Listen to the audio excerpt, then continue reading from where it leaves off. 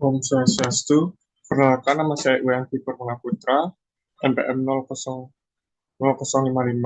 dari kelas A2. Kali ini saya akan membahas tentang topik satu, yaitu arsitektur Nusantara.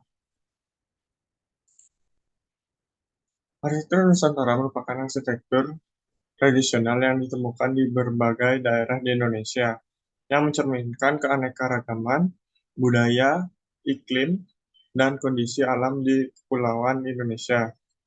Arsitektur Nusantara mencakup berbagai jenis bangunan seperti rumah tradisional, candi, istana, dan tempat ibadah yang memiliki ciri khas tersendiri di setiap wilayah.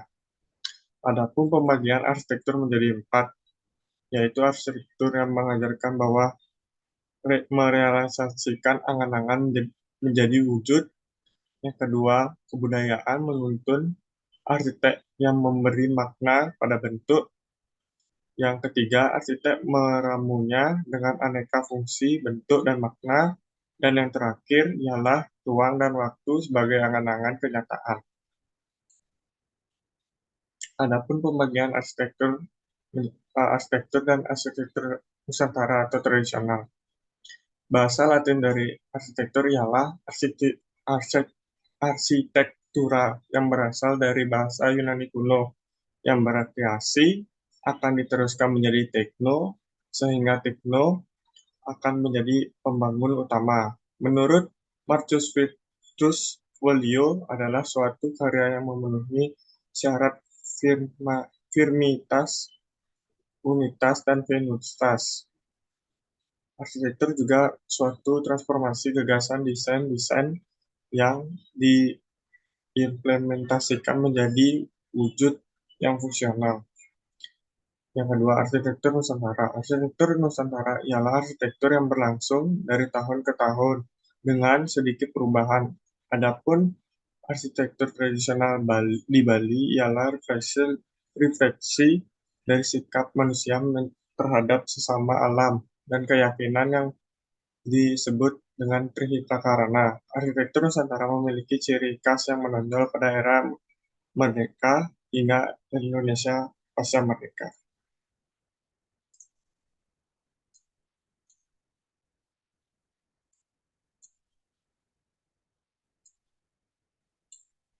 The Complement of Traditional Architecture. Konsep arsitektur tradisional merujuk pada prinsip-prinsip dasar yang mendasari perancangan pembangunan tradisional dalam berbagai budaya di seluruh dunia. Bangunan tradisional dirancang dengan mempertimbangkan kebutuhan fungsinya.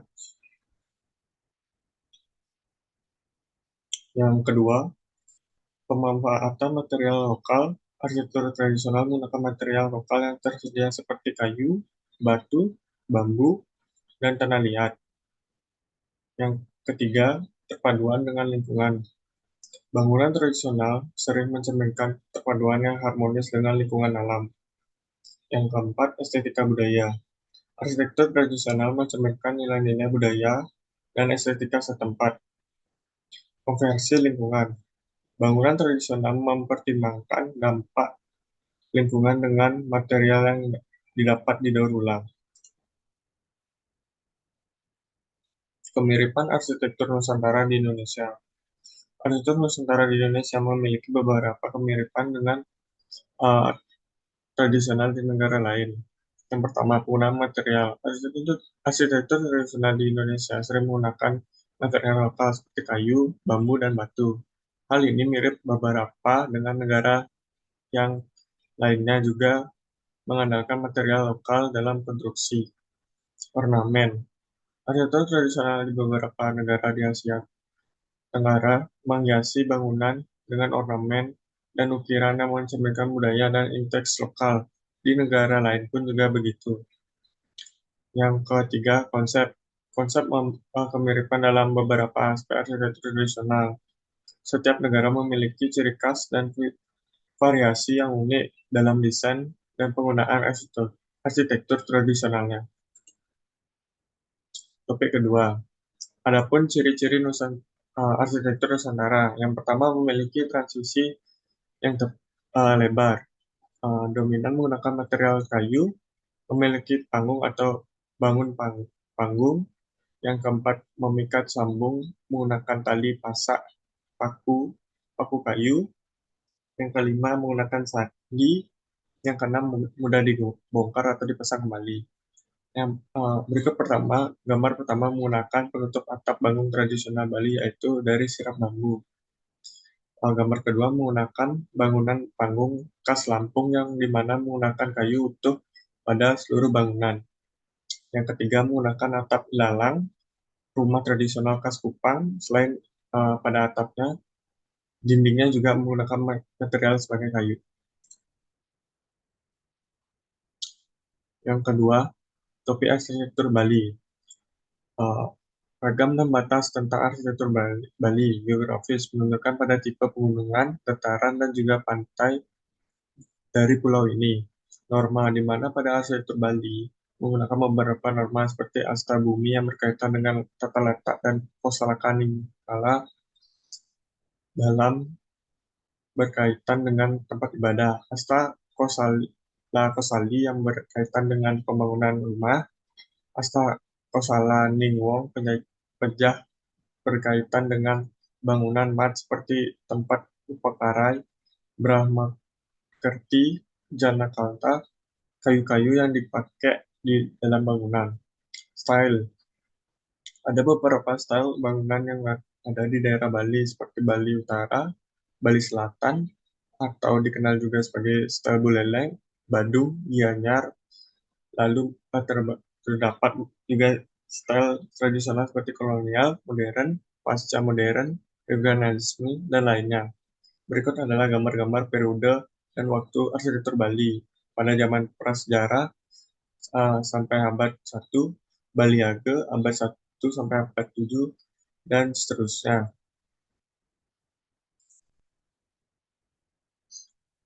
Rumah tradisional Bali. Rumah tradisional Bali dapat dibedakan menjadi dua tipe. Yang pertama adalah pola bangunan Bali Sage, Mandala, atau disebut dengan pola Natah. Dan yang kedua, pola bangunan Bali tipe pegunungan, yaitu contoh di Desa Panglipuran. Berikut adalah gambar-gambar yang perbedaan tersebut.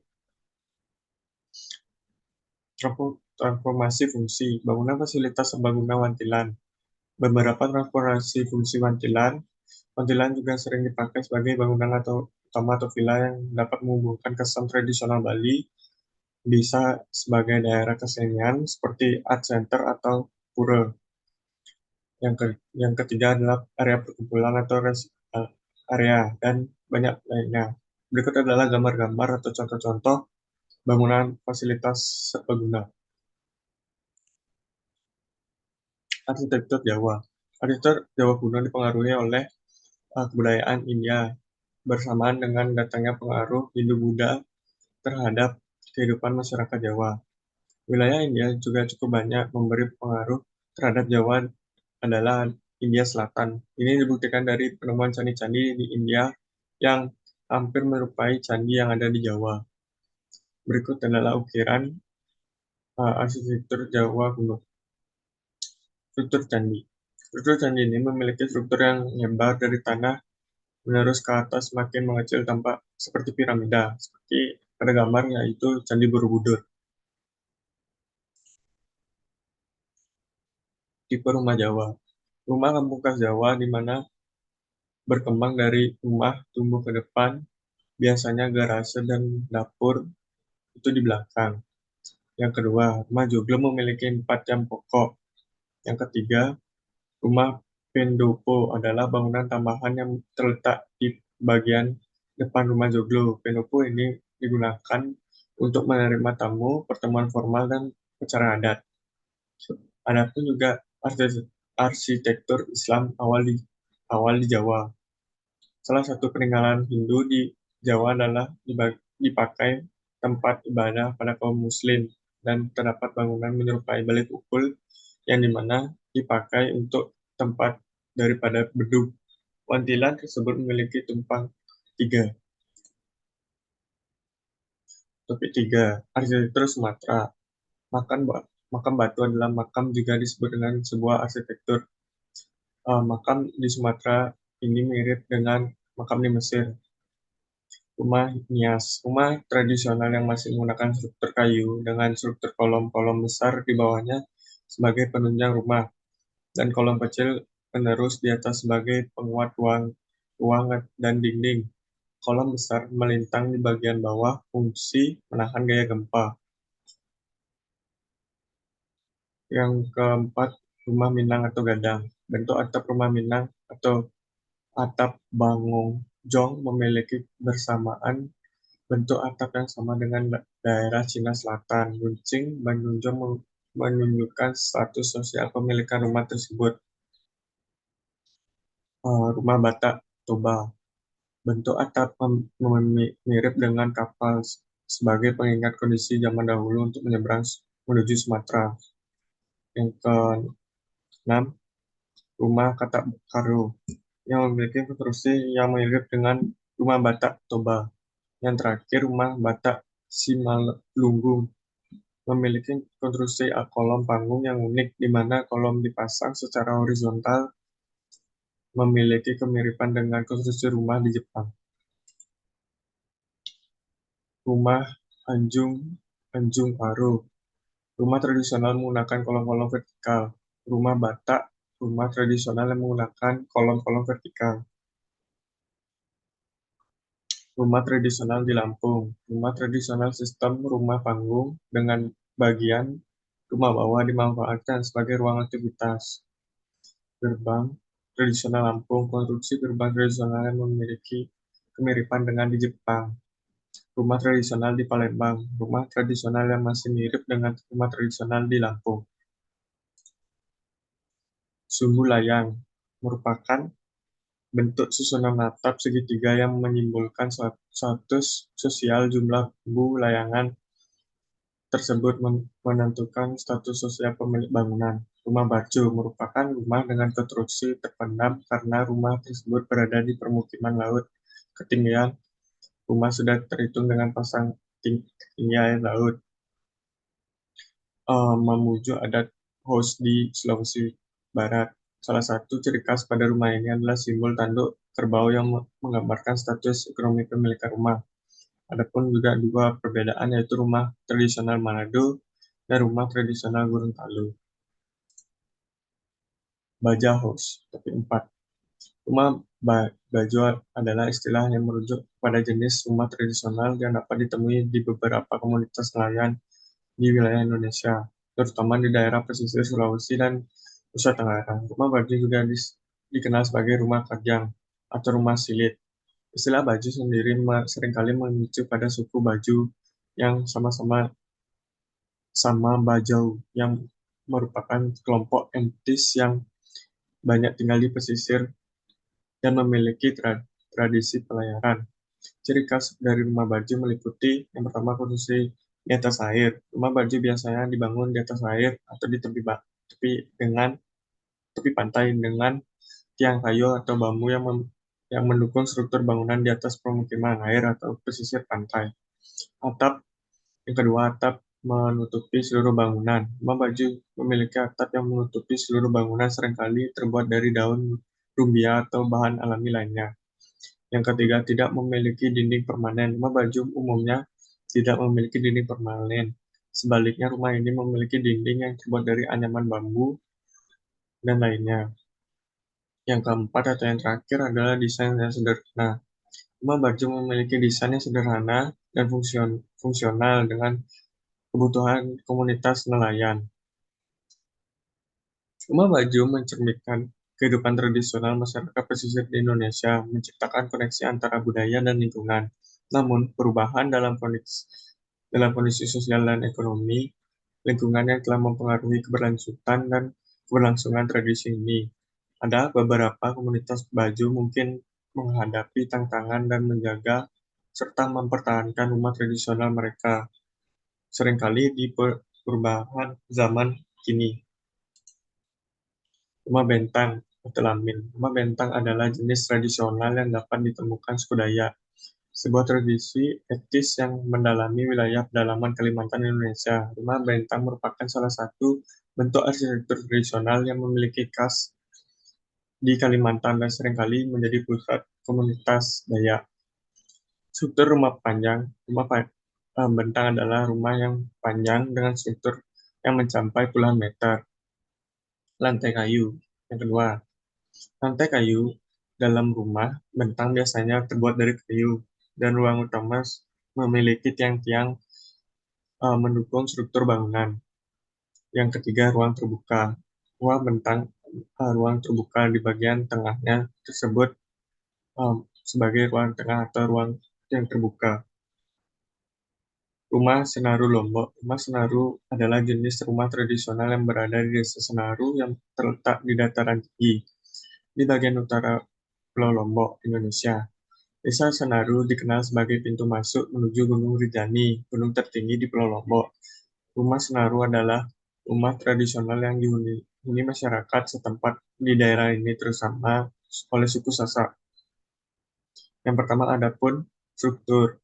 Berlantai dua, rumah Senaru biasanya memiliki dua lantai dengan atap jerami.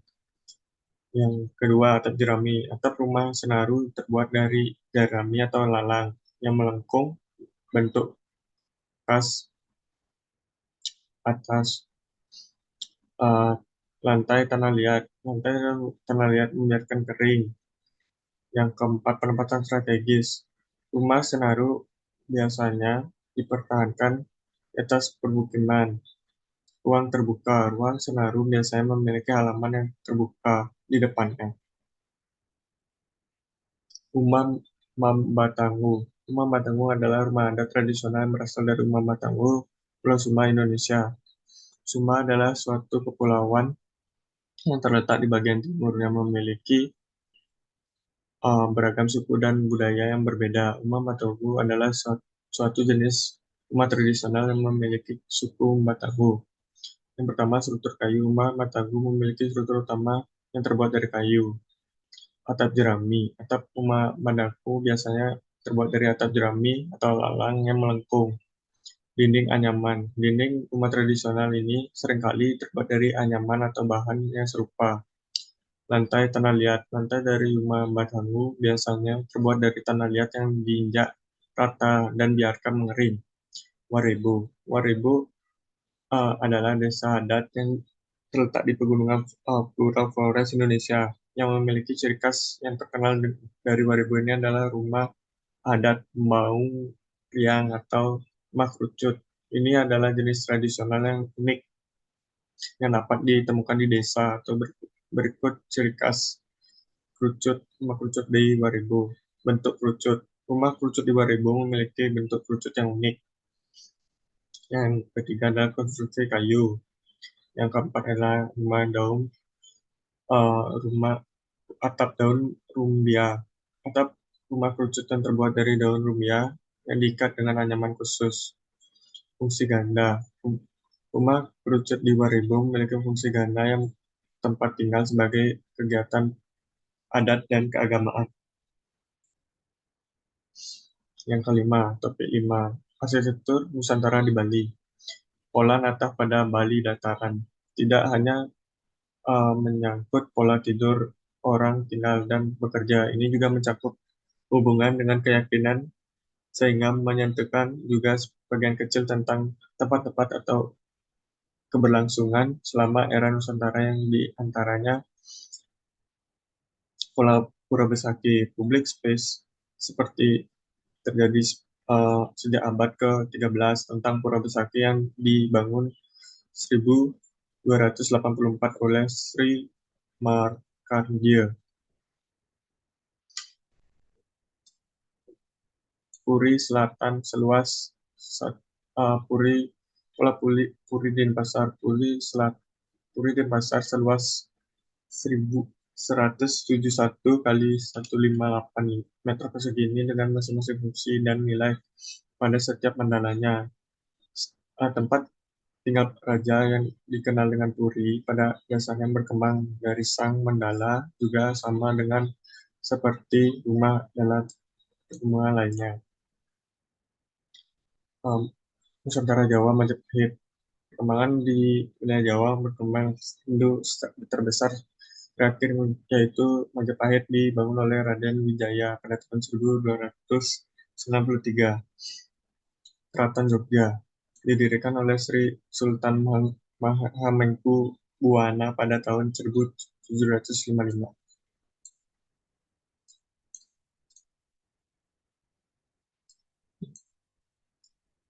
Kalimantan. Dari semua rumah adat Kalimantan tersebut terlihat beberapa ciri khas. Yang pertama, yang hampir sama, yang menggunakan material ciri khas kayu latin, mampu bertahan terapan air. Yang kedua, bentuk rumah panggung. Yang ketiga, memiliki warna dan ukiran yang menarik. Di Sulawesi, arsitektur rumah Sulawesi memiliki nilai tinggi dan keunikan tersendiri. Samping itu, rumah tradisional Sulawesi dalam balutan seni dan filosofi adat yang mengagumkan. Ada pun ornamen atau hiasan yang menjadi ciri khas tonggokan warna merah, hitam, dan kuning. Yang keenam, atau topik yang terakhir adalah arsitektur Nusantara tradisional, Nusantara Tenggara Timur, dan arsitektur Papua. Mengetahui banyak etik arsitektur pengembangan dan penyebaran seluruhnya ke Indonesia, Nusantara memiliki dengan arsitektur lainnya. Yang pertama, India. Kemiripan bentuk identik dengan seluruh terbesar ya beberapa di berbagai kesamaan bentuk seperti candi, Meru, rumah, piramid. Contoh bangunan-bangunan di Indonesia memiliki kemiripan dengan arsitektur di berbagai belahan dunia. Diagram 5 dikembangkan arsitektur Bali dikelompokkan menjadi 3 masa, yaitu masa pra-tradisi dan pasca-tradisi. Arsitektur Nusantara Timur, Wairebo Flores. Wairebo adalah suatu desa terpencil misterius keberadaan Nusantara Timur. Desa Wairebo memiliki daya tarik tersendiri, yaitu arsitektur bangunan, kearifan lokal, dan alam sekitarnya. Adapun tradisional Jayapura, museum di Jayapura, dan pura di Jayapura. Arsitektur Sumba kini, berikut adalah gambarnya.